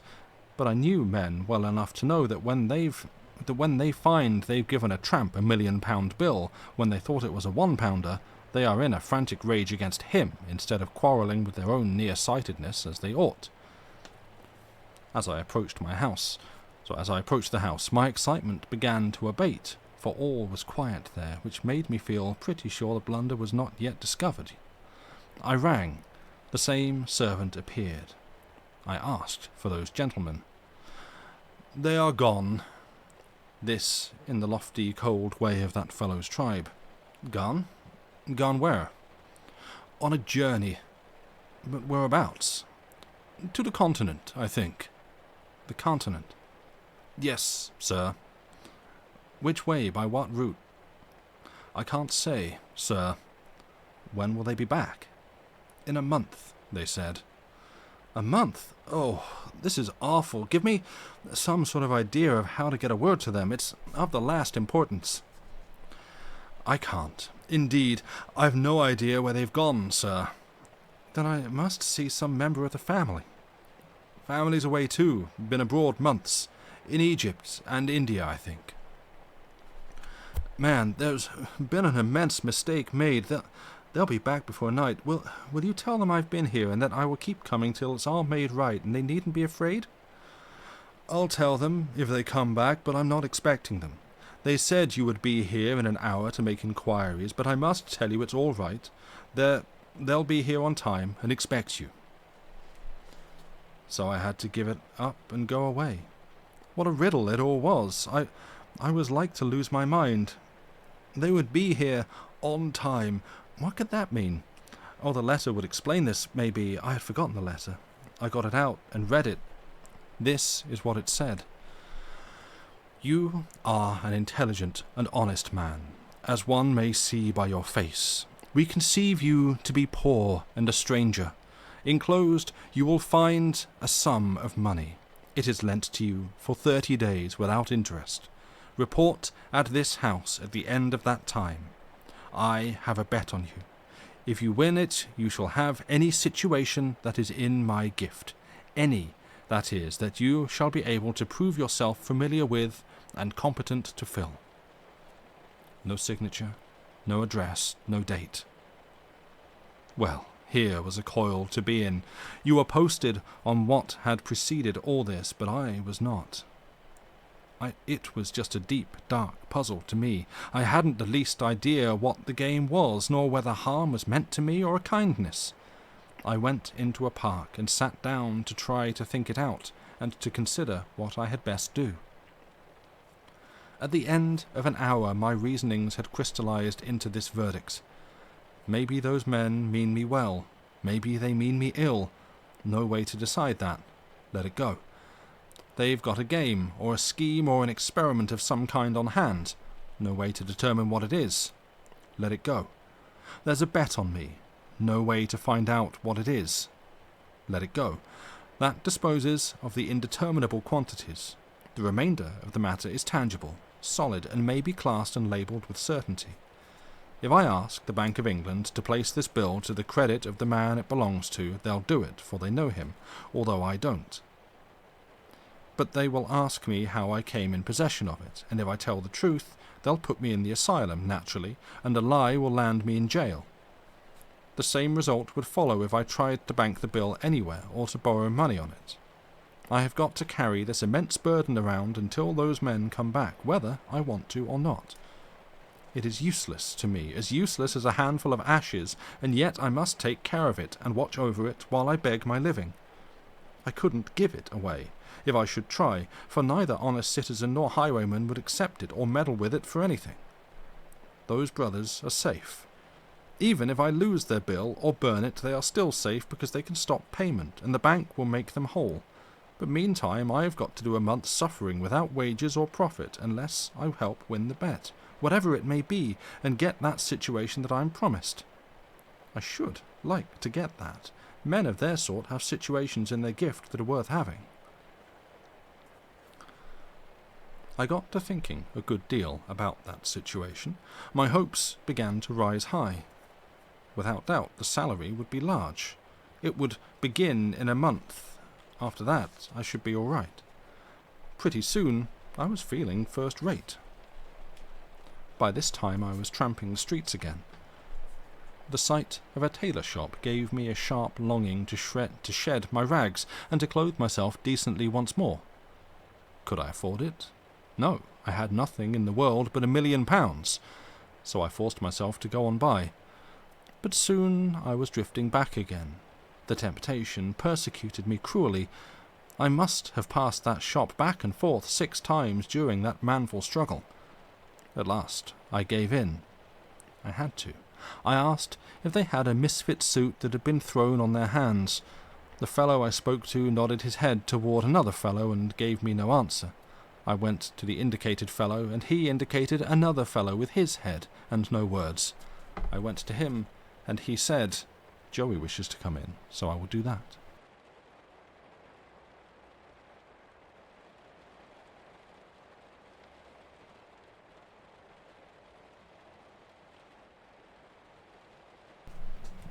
What a curiously prescient writer he was. And then he said, "Tend to you presently."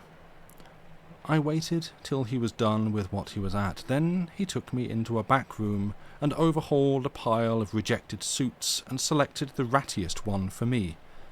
I put it on. It didn't fit and wasn't in any way attractive, but it was new and I was anxious to have it. So I didn't find any fault, but said with some diffidence, "It would be an accommodation to me if you could wait some days for the money. I haven't any small change about me." The fellow worked up a most sarcastic expression of countenance and said, "Oh, you haven't? Well, of course I didn't expect it. I'd only expect gentlemen like you to carry large change." I was nettled and said, "My friend, you shouldn't judge a stranger always by the clothes he wears. I am quite able to pay for the suit. I simply didn't wish to put you to the trouble of changing a large note." He modified his style a little at that, and said, though still with something of an air, "I didn't mean any particular harm, but as long as rebukes are going, I might say it wasn't quite your affair to jump to the conclusion that we couldn't change any note that you might happen to be carrying around. On the contrary, we can." I handed him the note, and he said, "Oh, very well, I apologize." He received it with a smile, one of those large smiles which go all around over, and have folds in them, and wrinkles, and spirals, and look like the place where you have thrown a brick in a pond. And then, in the act of his taking a glimpse of the bill, this smile froze solid, and turned yellow, and looked like those wavy, wormy spreads of lava which you find hardened on the little levels on the side of Vesuvius. I never before saw a smile caught like that, and perpetuated. The man stood there holding the bill and looking like that, and the proprietor hustled up to see what was the matter, and said briskly, "Well, what's up? What's the trouble? What's wanting?" I said, "There isn't any trouble. I'm waiting for my change." Come, get him his change. Todd, get him his change." Todd retorted, "Get him his change. It's easy to say, sir, but look at the bill yourself." This is indeed a live reading. The proprietor took a look, gave a low, eloquent whistle, then made a dive for the pile of rejected clothing, and began to snatch it this way and that, talking all the time excitedly, and as if to himself. "Sell an eccentric millionaire such an unspeakable suit as that? Todd's a fool, a born fool. Always doing something like this. Drives every millionaire away from the place because he can't tell a millionaire from a tramp and never could. Here's the thing I'm after. Please get those things off, sir, and throw them in the fire. Do me the favour to put on this shirt and this suit. It's just the thing, the very thing. Plain, rich, modest, and just ducally nobby. Made to order for a foreign prince. You may know him, sir, His Serene Highness the Hospodar of Halifax. Had to leave it with us and take a mourning suit because his mother was going to die. Which she didn't. But that's all right. We can't always have the things the way we... That is, the way they... There. Trousers all right. They fit you to a charm, sir. Now, the waistcoat. Aha! Right again. Now the coat. Lord, look at that now. Perfect. The whole thing. I never saw such a triumph in all my experience." I expressed my satisfaction. "Quite right, sir, quite right. It'll do for a makeshift, I'm bound to say. But wait, who was saying that?" Sorry, I'm distracted by the cat making noise behind me. "No, that's him. Quite right, sir, quite right. It'll do for a makeshift, I'm bound to say. But wait till you see what we'll get up for you on your own measure. Come, Todd, book and pen, get at it. Length of leg, 32 inches. and so on. Before I could get in a word, he had measured me and was giving orders for dress suits, morning suits, shirts, and all sorts of things. When I got a chance, I said, "But, my dear sir, I can't give these orders unless you can wait indefinitely or change the bill." "Indefinitely? It's a weak word, sir, it's a weak word. Eternally, that's the word, sir. Todd, rush these things through and send them to the gentleman's address without any waste of time. Let the minor customers wait. Set down the gentleman's address, and I'm changing my quarters. I will drop in and leave the new address." "Quite right, sir, quite right. One moment. Let me show you out, sir. There, good day, sir, good day." Well, don't you see what was bound to happen? I drifted naturally into buying whatever I wanted and asking for change. Within a week I was sumptuously equipped with all needful comforts and luxuries, and was housed in an expensive private hotel in Hanover Square. I took my dinners there, but for breakfast I stuck by Harris's humble feeding house, where I had got my first meal on my £1,000,000 bill. I was the making of Harris. The fact had gone all abroad that the foreign crank who carried £1,000,000 bills in his vest pocket was the patron saint of the place. That was enough. From being a poor, struggling little hand-to-mouth enterprise, it became celebrated and overcrowded with customers. Harris was so grateful that he forced loans upon me and would not be denied. And so, pauper as I was, I had money to spend and was living like the rich and the great. I judged that there was going to be a crash by and by, but I was in now and must swim across or drown. You see, there was just that element of impending disaster to give a serious side, a sober side, yes, a tragic side, to a state of things which would otherwise have been purely ridiculous. In the night, in the dark, the tragedy part was always to the front, and always warning, always threatening. So I moaned and tossed, and sleep was hard to find. But in the cheerful daylight, the tragedy element faded out and disappeared, and I walked on air, and was happy to giddiness, to intoxication, you may say. And it was natural, for I had become one of the notorieties of the metropolis of the world, and it turned my head not just a little, but a good deal. You could not take up a newspaper, English, Scotch, or Irish, without finding in it one or more references to the vest pocket £1,000,000 and his latest doings and sayings. At first, in these mentions, I was at the bottom of the personal gossip column. Next, I was listed above the knights, next above the baronets, next above the barons, and so on, climbing steadily as my notoriety augmented, until I reached the highest altitude possible, and there I remained, taking precedence of all dukes not royal, and of all ecclesiastics except the primate of all England. But mind, this was not fame. As yet I had achieved only notoriety. Then came the climaxing stroke, the accolade, so to speak, which in a single instant transmuted the perishable dross of notoriety into the enduring gold of fame. Punch caricatured me. Yes, I was a made man now. My place was established. I might be joked about still, but reverently, not hilariously, not rudely. I could be smiled at, but not laughed at. The time for that had gone by. Punch pictured me all aflutter with rags, dickering with a beef-eater for the Tower of London. Well, you can imagine how it was with a young fellow who had never been taken notice of before, and now, all of a sudden, couldn't say a thing that wasn't taken up and repeated everywhere. Couldn't stir abroad without constantly overhearing the remark flying from lip to lip, "There he goes, that's him!" Couldn't take his breakfast without a crowd to look on. Couldn't appear in an opera box without concentrating there the fire of 1,000 lorgnettes. Why, I just swam in glory all day long. That is the amount of it. You know, I even kept my old suit of rags, and every now and then appeared in them, so as to have the old pleasure of buying trifles and being insulted, and then shooting the scoffer dead with the £1,000,000 bill. But I couldn't keep that up. The illustrated papers made the outfit so familiar that when I went out in it, I was at once recognized and followed by a crowd, and if I attempted a purchase, the man would offer me his whole shop on credit before I could pull my note on him. About the 10th day of my fame, I went to fulfill my duty to my flag by paying my respects to the American minister.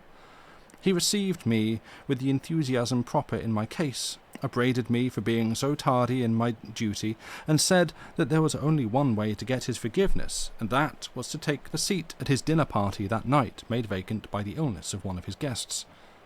I said I would, and we got to talking. It turned out that he and my father had been schoolmates in boyhood, Yale students together later, and always warm friends up to my father's death. So then he required me to put in at his house all the odd time I might have to spare, and I was very willing, of course. In fact, I was more than willing. I was glad. When the crash should come, he might somehow be able to save me from total destruction. I didn't know how, but he might think of a way, maybe. Excuse me, just bumped the mic. I couldn't venture to unbosom myself to him at this late date, a thing which I would have been quick to do in the beginning of this awful career of mine in London. No, I couldn't venture it now. I was in too deep. That is, too deep for me to be risking revelations to so new a friend, though not clear beyond my depth, as I looked at it.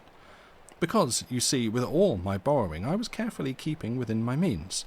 I mean, within my salary. Of course, I couldn't know what my salary was going to be, but I had a good enough basis for an estimate in the fact that if I won the bet, I was to have choice of any situation in that rich old gentleman's gift, provided I was competent. And I should certainly prove competent. I hadn't any doubt about that. And as to the bet, I wasn't worrying about that. I had always been lucky. Now, my estimate of the salary was 600 to 1,000 a year. Say 600 for the first year, and so on up year by year till I struck the upper figure by proved merit. At present, I was only in debt for my first year's salary. Everybody had been trying to lend me money, but I had fought off the most of them on one pretext or another. So this indebtedness represented only £300 borrowed money. The other £300 represented my keep and my purchases. I believed my second year's salary would carry me through the rest of the month if I went on being cautious and economical, and I intended to look sharply out for that. My month ended, my employer back from his journey, I should be all right once more, for I should at once divide the 2 years' salary among my creditors by assignment and get right down to my work. It was a lovely dinner party of 14.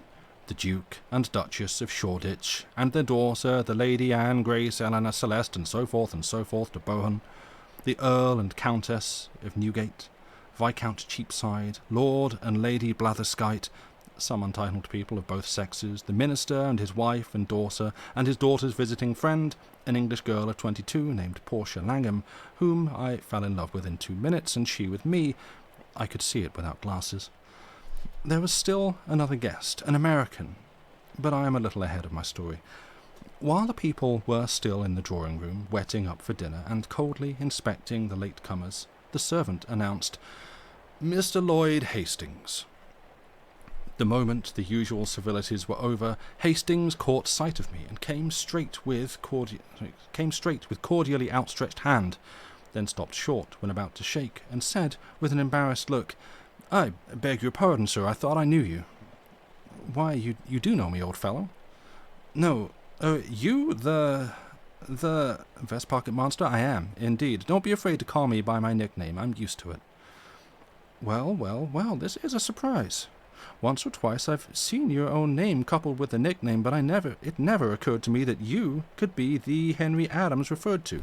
Why, it isn't 6 months since you were clerking away for Blake Hopkins in Frisco on a salary and sitting up nights on an extra allowance, helping me arrange and verify the Gould and Curry extension papers and statistics.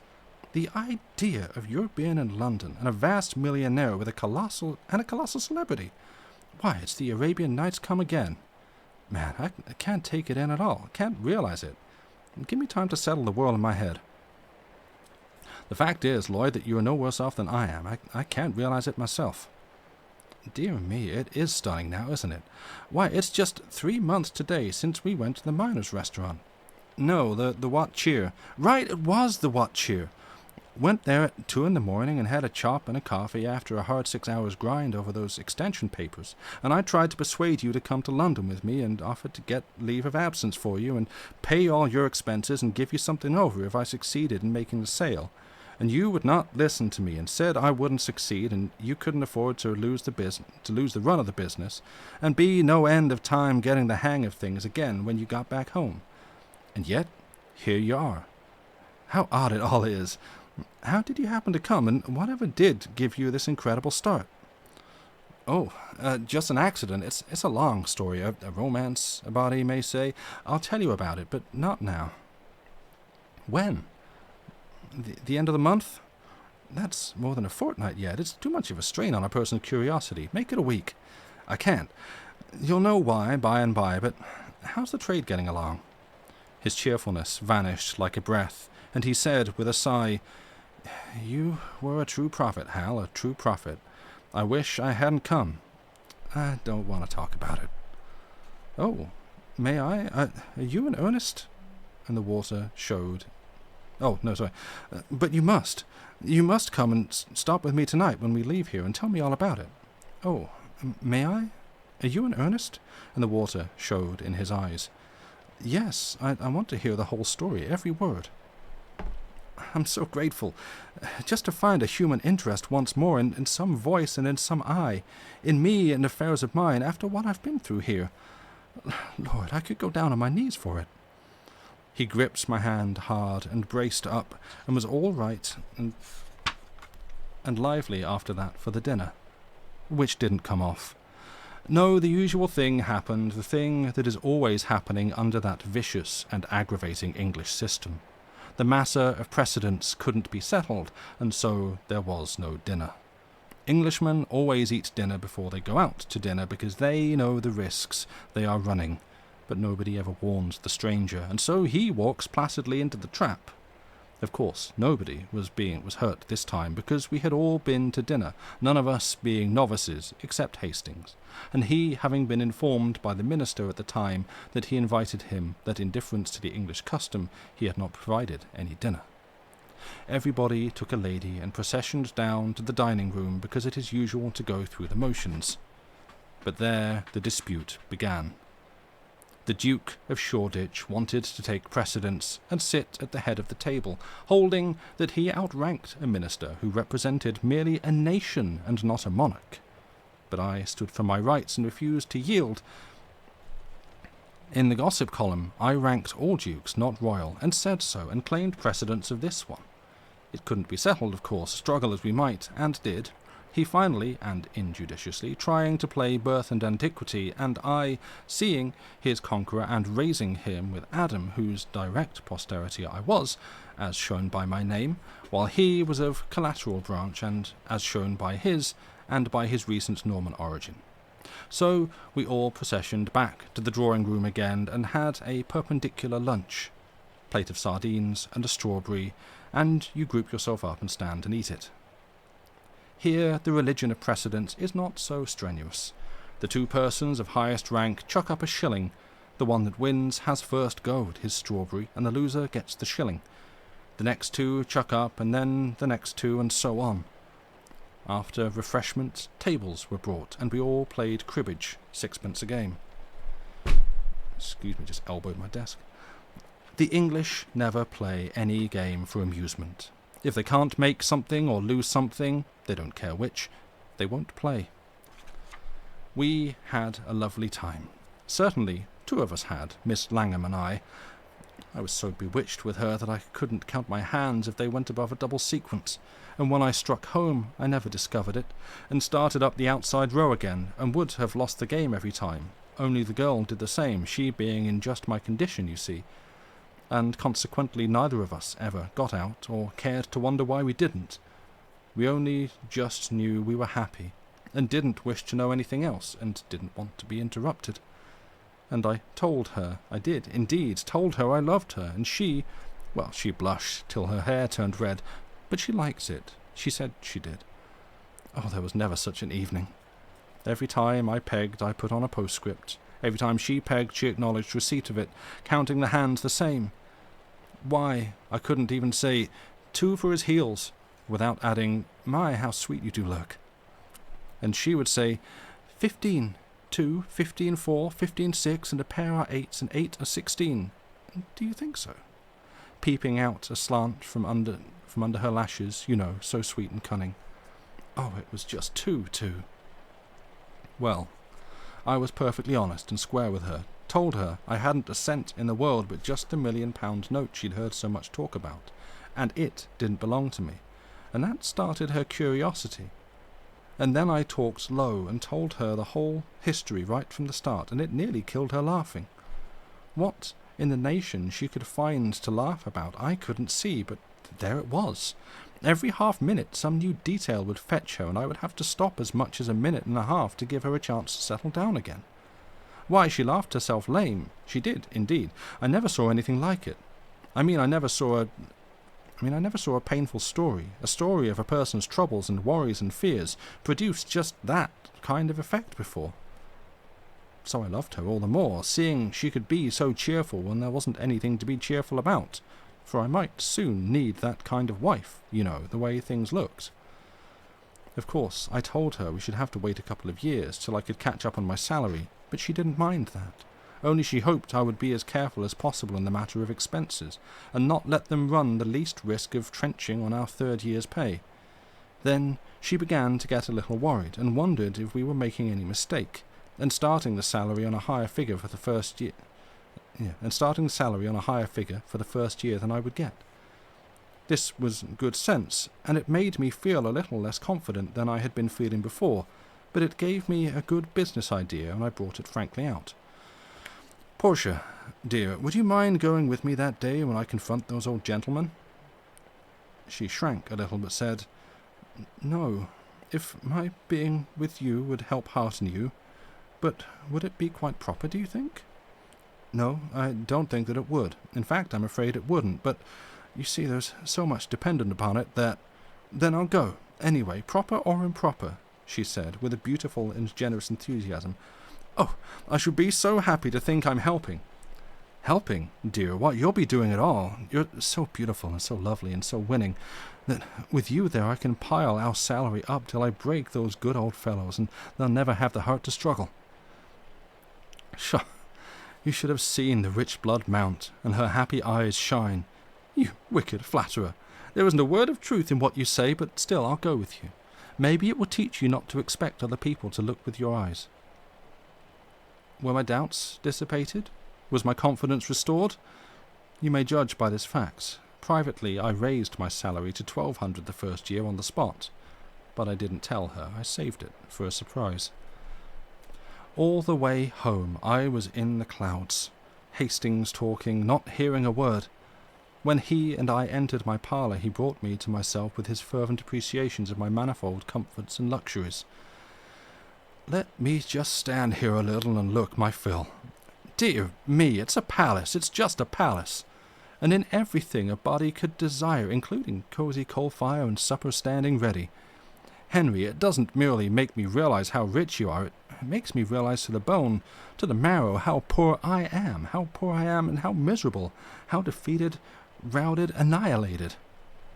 Plague take it, this language gave me the cold shudders. It scared me broad awake, and made me comprehend that I was standing on a half-inch crust with a crater underneath. I didn't know I had been dreaming. That is, I hadn't been allowing myself to know it for a while back. But now... Oh, dear. Deep in debt, not a cent in the world, a lovely girl's happiness, all woe in my hands, and nothing in front of me but a salary which might never... would never materialize. Oh, I am ruined, and past hope, nothing can save me. Henry, the mere unconsidered drippings of your daily income would... Oh, my daily income? Here, down with this hot scotch, and cheer up your soul. Here is with you, or... Oh, no, you're hungry. Sit down and... Not a bite for me, I'm past it. I can't eat these days, but I'll drink with you till I drop. Come. Barrel for barrel, I'm with you, ready. Here we go. Now then, Lloyd, unreel your story while I brew. Unreel it? What, again? Again? What do you mean by that? Why, I mean, do you want to hear it over again? Do I want to hear it over again? This is a puzzler. Wait, don't take any more of that liquid. You don't need it. Look here, Henry, you alarm me. Didn't I tell you the whole story on the way here? You? Yes, I. I'll be hanged if I heard a word of it. Henry, this is a serious thing. It troubles me. What did you take up yonder at the minister's? Then it flashed on me, and I owned up like a man.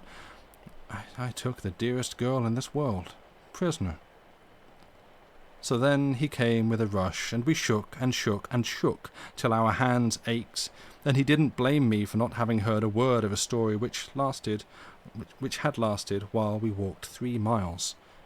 He just sat down then, like the patient good fellow he was, and told it all over again. Synopsized, it amounted to this. He had come to England with what he thought was a grand opportunity. He had an option to sell the Gould and Curry extension for the locators of it, and keep all he could get, over $1 million. He had worked hard, had pulled every wire he knew of, had left no honest expedient untried, had spent nearly all the money he had in the world, had not been able to get a solitary capitalist to listen to him, and his option would run out at the end of the month. In a word, he was ruined. Then he jumped up and cried out, "Henry, you can save me. You can save me, and you are the only man in the universe that can. Will you do it? Won't you do it? Tell me how. Speak out, my boy. Give me $1 million and my passage home for my option. Don't refuse." I was in a kind of agony. I was right on the point of coming out with the words, "Lloyd, I'm a pauper myself, absolutely penniless and in debt." But a white-hot idea came flaming through my head, and I gripped my jaws together and calmed myself down till I was as cold as a capitalist. Then I said, in a commercial and self-possessed way, "I will save you, Lloyd." "Then I'm already saved. God, be merciful to you forever. If ever I—" "Let me finish, Lloyd. I will save you, but not in that way, for that would not be fair to you, after your hard work and the risks you've run. I don't need to buy mines. I can keep my capital moving in a commercial centre like London without that. It's what I'm at all the time, but here is what I'll do. I know all about that mine, of course. I know its immense value and can swear to it if anybody wishes it. You shall sell out inside of the fortnight for $3 million cash, using my name freely, and we'll divide, share and share alike." Do you know, he would have danced the furniture to kindling wood in his insane joy, and broken everything on the place if I hadn't tripped him up and tied him. Then he lay there, perfectly happy, saying, "I may use your name. Your name, think of it! Man, they'll flock in droves, those rich Londoners. They'll fight for that stock. I'm a made man. I'm a made man forever, and I'll never forget you as long as I live." In less than 24 hours, London was abuzz. I hadn't anything to do, day after day, but sit at home and say to all comers, "Yes, I told him to refer to me. I know the man, and I know the mine. His character is above reproach, and the mine is worth far more than he asks for it." Meantime, I spent all my evenings at the minister's with Portia. I didn't say a word to her about the mine. I saved it for a surprise. We talked salary, never anything but salary and love. Sometimes love, sometimes salary, sometimes love and salary together. And the interest the minister's wife and daughter took in our little affair, and the endless ingenuities they invented to save us from interruption, and to keep the minister in the dark and unsuspicious. Well, it was just lovely of them. When the month was up, at last, I had $1 million to my credit in the London and County Bank, and Hastings was fixed in the same way. Dressed at my level best, I drove by the house in Portland Place, judged by the look of things that my birds were home again, went on toward the minister's and got my precious, and we started back, talking salary with all our might. She was so excited and anxious that it made her just intolerably beautiful. I said, "Dearie, the way you're looking, it's a crime to strike for a salary, a single penny under $3,000 a year." Henry, you'll ruin us." "Don't be afraid. Just keep up those looks and trust me. It'll all come out right." So, as it turned out, I had to keep bolstering up her courage all the way. She kept pleading with me and saying, "Oh, please remember that if we ask for too much money, we may get no salary at all, and then what will become of us with no way in the world to earn our living?" We were ushered in by that same servant, and there they were, the 2 old gentlemen. Of course, they were surprised to see that wonderful creature with me, but I said, "It's all right, gentlemen, she is my future stay and helpmate." Then I introduced them to her and called them by name. It didn't surprise them. They knew I would know enough to consult the directory. They seated us, and were very polite to me and very solicitous to relieve her from embarrassment, and put her as much at her ease as they could. Then I said, "Gentlemen, I am ready to report." "We are glad to hear it," said my man, "for now we can decide the bet which my brother Abel and I made. If you have won for me, you shall have any situation in my gift. Have you the £1,000,000 note?" "Here it is, sir," and I handed it to him. "I've won!" he shouted and slapped Abel on the back. "Now, what do you say, brother?" "I say he did survive, and I've lost £20,000. I never would have believed it." "I have a further report to make," I said, "and a pretty long one. I want you to let me come soon and detail my whole month's history, and I promise you it's worth hearing. Meantime, take a look at that." "What, man? Certificate of deposit for £200,000. Is it yours?" "Mine. I earned it by 30 days judicious use of that little loan you let me have, and the only use I made of it was to buy trifles and offer the bill in change." "Come, this is astonishing. It's incredible, man." "Never mind, I'll prove it. Don't take my word unsupported." But now Portia's turn was come to be surprised. Her eyes were spread wide, and she said, "Henry, is that really your money? Have you been fibbing to me?" I have, indeed, dearie, but you'll forgive me, I know." She put up an arch pout and said, "Don't you be so sure. You are a naughty thing to deceive me so." "Oh, you'll get over it, sweetheart. You'll get over it. It was only fun, you know. Come, let's be going." "But wait. The situation, you know. I want to give you the situation," said my man. "Well," I said, "I'm just as grateful as I can be, but really I don't want one." "But you can have the very choicest one in my gift." "Thanks again, with all my heart, but I don't even want that one." "Henry, I'm ashamed of you. You don't half thank the good gentleman. May I do it for you?" "Indeed you shall, dear, if you can improve it. Let us see you try." She walked to my man, got up in his lap, put her arm around his neck, and kissed him right on the mouth.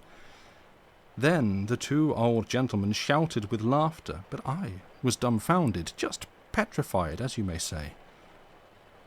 Portia said, "Papa, he has said you haven't a situation in your gift that he'd take, and I feel just as hurt as—" "My darling, is that your papa?" "Yes, he's my step-papa and the dearest one that ever was. You understand now, don't you, why I was able to laugh when you told me at the minister's, not knowing my relationships, what trouble and worry papa's and Uncle Abel's scheme was giving you?" Of course, I spoke right up now without any fooling and went straight to the point. "Oh, my dearest dear sir, I want to take back what I said. You have got a situation open that I want." "Name it." "Son-in-law." Well, but you know if you haven't ever served in that capacity, you, of course, can't furnish recommendations of a sort to satisfy the conditions of the contract, and so try me.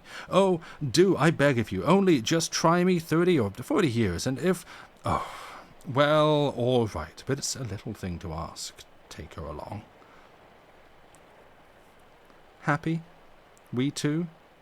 There are not words enough in the unabridged to describe it, and when London got the whole story, a day or two later, of my month's adventures with that banknote, and how they ended, did London talk and have a good time? Yes. My Portia's papa took that friendly and hospitable bill back to the Bank of England and cashed it. Then the bank cancelled it and made him a present of it, and he gave it to us at our wedding, and it has always hung in its frame in the sacredest place in our home ever since. For it gave me my Portia. But for it I could not have remained in London, would not have appeared at the minister's, never should have met her. And so I always say, yes, it's £1,000,000 as you see, but it never made but one purchase in its life, and then got the article for only about 1/10 part of its value. The end. that was the tale of the £1 million banknote. A true story. It was fun, wasn't it? Yeah, I like that one. Say it's the first Mark Twain story I'm pretty sure I've ever read. It was quite the journey, right? Like when it takes you through some places. It's different and fun. There were a lot of times in it that I was expecting different things to occur. Like I appreciate the, let's say, the observations on those with money don't need to spend it because it's just, people just give them things for the privilege of being rich. The very succinct way of putting it, like, I have nothing but this £1 million check, sort of, wandering around London with this sum of money that's too large to cash, but just gets you everything you want anyway. It's, there is a delightful absurdity in that. And then you're expecting bad things at every turn, but that was so nice. Yeah, exactly. Like that's the thing. I think we're accustomed to this kind of story turning into like a harsh morality play or something, and bad things happen, or like Brewster's Millions, where like they're going to lose it all, but then realise that the real treasure, the real riches were friendship, something like that. But yeah, it's nice. And even like the twist reveal at the end when he realizes that, well, firstly when she's like, wait, you've been lying to me all this time? He's like, yes, but don't worry about it, you'll be fine with it. I'm like, ooh, mate, no, that's not okay. And then and like, it's like, haha, well, this man was my stepdad actually. And it's like, oh no, have they just been like playing him for a fool and he's going to lose everything? But no, it's fine, turns out nice. Which actually, to be honest, I think is kind of a nice pairing for the Wilkins Freeman of, you expect the bad things to happen. The real treasure was the wife we made along the way. Exactly. Thank you. Also, who's it? Farside. Hello, welcome. Yes, it was indeed a live read, as I hope this proves. But yeah, welcome to the channel. I hope you have enjoyed what you have heard, if you're still around. You got a return of Sam's American accent. Yeah, it's difficult. But I hope it passed. I know it gets a little bit confusing when you have multiple American characters speaking to each other, and I'm like, oh no, I have to both try and affect an accent and vary the tone of my voice a little. And not, if it's like a man and a woman, it's okay, because I can like soften it if it's the woman and go gruff if it's the man. But if it's like multiple men, then it's like, yeah, okay. So and you don't say Clark. Oh, it's clerk. Yeah. Oh no, there was another word as well that I was like, oh wait, the American pronunciation of this would be different. But yeah. He's been living in London for like a month. Maybe he's picked up some of the local dialect. Who knows? But yes, that is the end of that. And yeah, those took longer to get through than I expected. So yeah, I have the Pit and the Pendulum on hand for another time, sometime the next month. Maybe once we get into October, because you spooky season gremlins cannot wait. You want to open your presents early. But no, save those pumpkin spice lattes. And yeah, I'm gonna go. But do please come back. I'm just like, while I run my mouth, I'm just gonna look and see if there's anyone to raid. Do please come back on Wednesday, unless Lucy's saying anything in chat. We in theory should be back on Wednesday for some continued adventures of A Tale of Two Cities. Two Tales, Two Cities. And, unless she's about to say anything in chat about not doing that, I don't know. But that will be the plan. I don't actually see anybody that I would go and raid. No, I'm having a quick look on reading aloud as well. And it made, like, Armored Core 6 Fires of Rubicon is not text.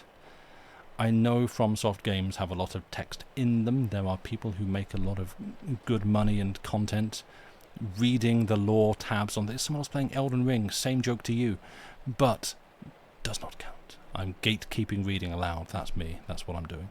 But yeah, no, I don't see anyone that I shall raid. So, oh, actually no. There's someone. Jigsaw's chat, then reading The Hobbit. Oh, okay. 30-second pre-roll ads only. Slightly scuffed setup. Okay, there's maybe. Do you want to go over and see someone who's reading The Hobbit? Bob Ross? Nah. They're fine. They're fine without us. No, let's go and see. Just quickly, just having a quick look. I'm not sending you somewhere that like I wouldn't want to go myself. What are your chat rules? Do you have chat rules? No, they seem decent. Cool. Alright, then we're going to go over and see Billy and Babble. That is a good name. Alright. One of those weird raids where you're like, I don't know, let's go see someone. Oh, I don't want to put it in his chat. I'd like to put it in our chat instead. So yeah, let's go meet a new friend. Do come back on Wednesday. Yeah, thank you everyone. Yeah, you're welcome. I enjoy reading. I enjoy doing these things. I enjoy, for myself, finding stuff that I've not read before, and there's new things to enjoy there, and then being able to share that with people. It's always a pleasure. So, yes, please come back on Wednesday for more Two Tales, Two Cities, and then probably next Saturday. I don't know. I'll need to check and make sure everything's free. Next Saturday should be okay. And yeah, we're gonna go raid a new friend. So do please come over in that and say hi. If you want to say like average book enjoyers coming in, something like that, that'd be cool. But no pressure. Yeah, and I will see you on the next one. As I quickly get my browser ready. Yeah, thank you very much. Goodbye and good night.